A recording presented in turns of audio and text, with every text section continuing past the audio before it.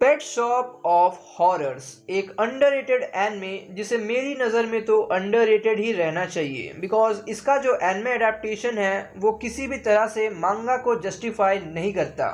Anime में सिर्फ 4 ही episodes हैं और मांगा में टोटल 10 वॉल्यूम्स हैं और एनिमे एडेप्टेशन भी कोई ऑर्डर में नहीं है कि 4 एपिसोड्स वॉल्यूम 1 के हैं, बल्कि एक उन्होंने वॉल्यूम 1 से उठाया, एक वॉल्यूम 2 से उठाया, एक वॉल्यूम 5 से उठाया, मतलब कि एकदम इर्रेगुलर।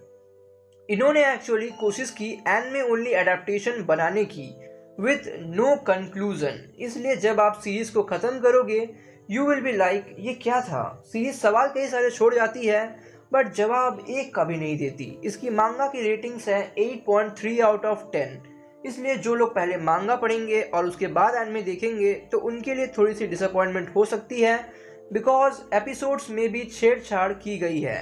अब आते हैं अच्छी बातों पर, तो इस एनिमे का कोई भी ओपनिंग और एंडिंग नहीं है, मतलब कि 22 से 24 मिनट एकदम सीरियस और हर एपिसोड एनिमल से रिलेटेड है, तो कुछ ना कुछ सीखने को आपको ज़रूर मिलेगा। जॉनरा में है सुपरनैचुरल, मिस्ट्री और हॉरर, पर मिस्ट्री ज़्यादा है compare to horror and supernatural. But I would recommend कि आप मांगा पढ़ें बिकॉज एनिमे देखने के बाद सिर्फ सवाल रह जाएंगे लाइक काउंट डी का रियल नेम क्या है, उसके कंधे पर जो क्यू चान बैठी रहती है वो कौन है, और भी कई सारे सवाल ऐसे रह जाएंगे आपके मन में। तो चलिए अब बात करते हैं प्लॉट की। कहानी रिवॉल्व करती है चाइना टाउन के अराउंड, जहां काउंट डी का एक पेट शॉप है। उस पेट शॉप की खास बात यह है कि वहां रेयर और एक्सोटिक एनिमल्स मिलते हैं, पर उन्हें खरीदने के लिए आपको एक कॉन्ट्रैक्ट साइन करना पड़ेगा जहां पे कुछ टर्म्स और कंडीशंस हैं जो कि आपको कॉन्स्टेंटली फॉलो करनी पड़ेगी। अगर आप उसे नहीं करते तो जो भी कॉन्सिक्वेंसेस होंगे उसका जिम्मेदार पेट शॉप नहीं होगा। उसी मिस्ट्री को सॉल्व करने एक डिटेक्टिव भी आते हैं नेम्ड लियोन ऑर्कर्ड, जिन्हें काउंट डी के ऊपर हमेशा से शक रहता है कि जो भी क्राइम्स होते हैं उनका कुछ ना कुछ इन्वॉल्वमेंट ज़रूर है।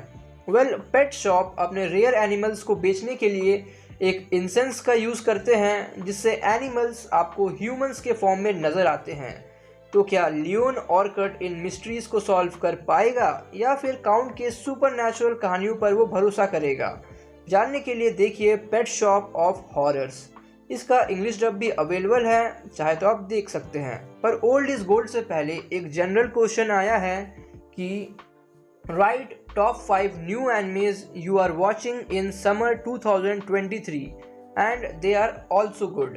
तो सबसे पहले ज़ॉम 100, बहुत दिनों बाद हमें एक ज़ॉम्बी रिलेटेड एनिमे देखने को मिला है और इसका एनिमेशन भी गाइस काफ़ी मस्त है गाइस, एकदम colourful.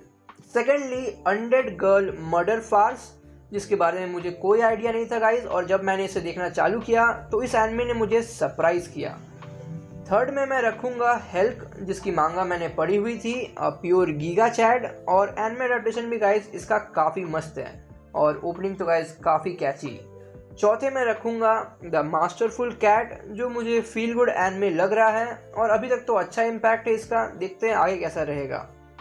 Lastly rain of the 7 spell blades, जो कि थोड़ी मिस्टीरियस मैजिकल एनिमे है और मैं देखना चाहूँगा गाइस कि आगे ये कैसे प्रोग्रेस करेगी बिकॉज बहुत सारे कैरेक्टर्स से हमें इंट्रोड्यूस करा दिया गया है।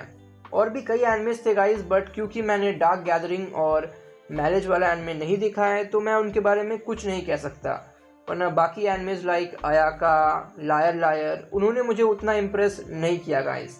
अब आते हैं ओल्ड इज गोल्ड रिव्यू पर। क्वेश्चन आंसर सेशन का पहला सवाल, which is your favourite episode in pet shop of horrors? Episode 3, because वो थोड़ा सा रियलिस्टिक था।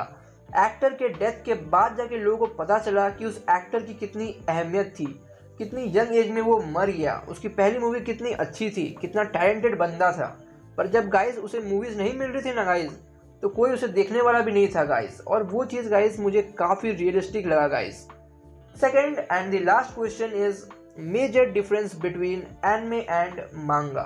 वेल, जैसा कि मैंने पहले ही कहा कि कोई भी चीज़ ऑर्डर में नहीं है। एपिसोड 1 मांगा का चैप्टर 3 है, एपिसोड 2 मांगा का चैप्टर 7 है, और एपिसोड्स में गाइस छेड़छाड़ की गई है, सिनेरियोस को चेंज किया गया है। लाइक एपिसोड 1 में रैबिट्स फैल जाते हैं पूरे सिटी में, और पुलिस फोर्स को आना पड़ता है मामले की तहकीकात करने के लिए। बट एनिमे में डिटेक्टिव साहब खुद ही सब कुछ संभाल लेते हैं काउंट डी के साथ, और ऐसा हर एपिसोड के साथ हुआ है गाइस। इसलिए मैं कह रहा था गाइस, आराम से मांगा पढ़ो, सिर्फ 41 चैप्टर्स का है टोटल। तो चलिए अब आते हैं ओवरऑल रिव्यू पर। नूब्स को लगेगा क्या था ये, जनरल ऑडियंस के लिए टाइम पास, प्रो ऑडियंस बोलेंगे भाई मांगा के खातिर एक बार देख लो भाई एनिमे।